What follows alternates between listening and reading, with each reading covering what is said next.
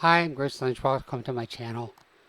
This little video is going to talk about the process of non-shared language, um, which is probably a weird concept.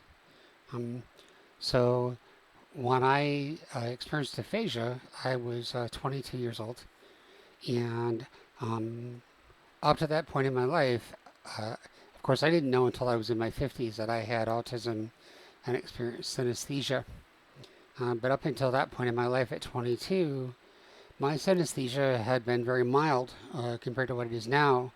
So that, from my perspective, most of my childhood I spent by myself because I didn't really understand social things very well. I could do language, but I didn't understand many social dynamics, and so it was easier and more natural for me to spend most of my time with myself. And I felt like all the world around me when I wasn't processing human language was somehow coherent. I don't know how else to explain that. It was a natural feeling for me that every perception I had, every experience, sensation, feeling, thought, belief, every experience of the world felt there was a sameness to it, and it wasn't me. It was everything that was not me felt. It's like everything had the same signature, or it was part of a kind of connectedness that was the same no matter what part of my world that I looked to, awake or asleep or whatever. How trees connected to the ground, how they fit with the sky, how pavement fit with the edge of the road, the shapes of things. It just felt that there was a way that everything belonged together and a way that was being created ongoingly. Because every time I experienced a new experience, it felt like it fit into the same flow, the same somethingness of all the experiences before. There was um, I suppose, without realizing it, without having been able to put words to it, it was even in my early childhood that I started to feel like there was only one thing to know in life. There was only one subject. There was only one something, and everything that I learned in books or from my parents or people or movies or nature all felt like it was part of the same something, and it felt very natural to me. I didn't have to build this. I got to explore it because it's kind of like my body did it for me. And by the time I was in high school, it was the first time I experienced in 10th grade Euclidean geometry. And the first time I saw laid out a correct proof all the way to the end and took it in as a whole, my experience was that of hearing a perfect, beautiful crystal bell, unlike any musicality I'd ever heard before. And I was astonished. I was captivated. Um, I didn't know how to articulate this as a separate way of knowing, but immediately I wanted to know everything there was to know about geometry and mathematics because I found that when a line of reasoning was correct, it made this music.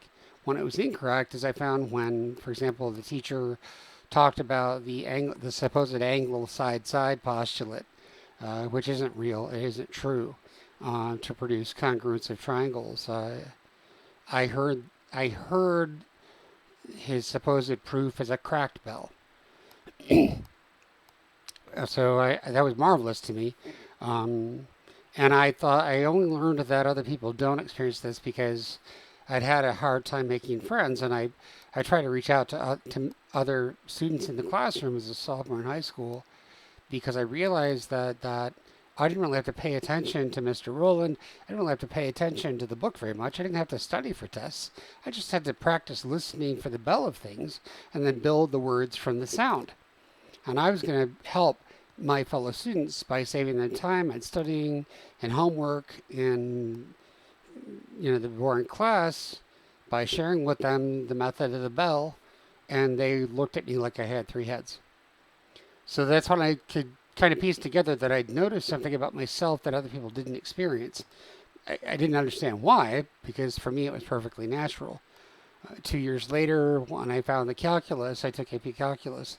I had the same experience, but even more strongly. And even later, when I got in the military and decided to go back to college, I studied mathematics not for the popular reason, which is to produce results and expand the frontiers of mathematical knowledge. For me, whenever a new kind of thing I could understand in mathematics, it created the music. It was like, it was not a piano, it was not a violin, it was not a flute, it was not a harp. It was a kind of music that was specific and unique to mathematics. I just wanted to hear and produce the music. So when I fell and lost language, that part remained online perceptually. And what I found was that when words came back, um, I had a difficult time sorting out what they were. I didn't understand that I had lost them. And then when they started to come back over the 7 to 10 days, whatever, of the aphasia, they they came back sort of like, if you imagine a planet exploding, and then it's all these little bits, and then the whirling comes together, and it condenses into a planet again, but it's dead. There's no life to it. It's just a bunch of rocks tightly packed. That's what language was. And I think the primary challenge that I had is that when a child originally develops language, they develop language not only to find the names of things, but to find the names of things that the caregivers around them can understand.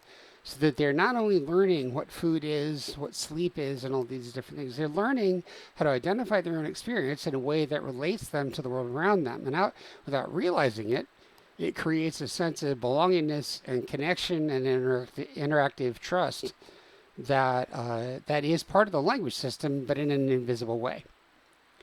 Well, my thing happened to me. I was 22 years old, and I didn't understand what had happened, but I had not been very socially connected up to that point. I was a math nerd. I had a few friends, but largely I kept to myself. So when the words had to come back, I was sort of left on my own to figure out what they were. But I already had housing, I already had food. Everything was set up for the next semester, so those things were taken care of. And so my reacquisition of language, my reconnection, my re-understanding with it happened in a way that I learned the names for things, but not in a way that also learned the names in a way that connected me with the world around me. It became a non-social relationship with language. And I didn't realize I was doing any of this. In fact, the main reason why I kept away from people even more strongly after I fell was because I was so shocked and horrified by the experience of having lost what I came to know later as language. I didn't understand my own sensations. I didn't, the one tool that I would have had to delineate my experience of aphasia post the brain injury was the tool that I was missing. So I had the experiences which were terrifying, they were confusing, they were endless, and they stayed with me awake or asleep. Nothing resolved this kind of intellectual ice that I was like, I could not find my way back of finding my place to myself or to the world. I didn't understand anything. I just understood that I was not dead. And then that stayed. And then very slowly, moment by moment, day after day, continuing to not be dead, I started to find the names for things. But I knew that whatever had happened, my experience was very, very different from that of the people around me. Initially, if only because I was terrified and they were clearly not. And not understanding the difference, I protected myself from, I tried to, like, I'm going to be with this and sort it out and relate to the world as I can, but this is really important. I got to sort this out first. So I believe that I developed a non-social relationship with language that emerged out of my autism, but it didn't give me a way to connect back to the world. And so what I found is that I would spend the rest of my life trying to connect back with the world, not realizing that I was trying to do something cognitively that it's actually done developmentally. And as a result is the form of language I have now. It's a non-social thing. I try to be social, but I'm sort of manually building something that I feel like most people take for granted. And it's led to this peculiar perspective that I have that I'm still working on how to be back in the world now that I've got 9 years past brain rehab. So just wanted to share that little idea about evolving non-social language, and I hope it wasn't too weird. Thanks. Bye.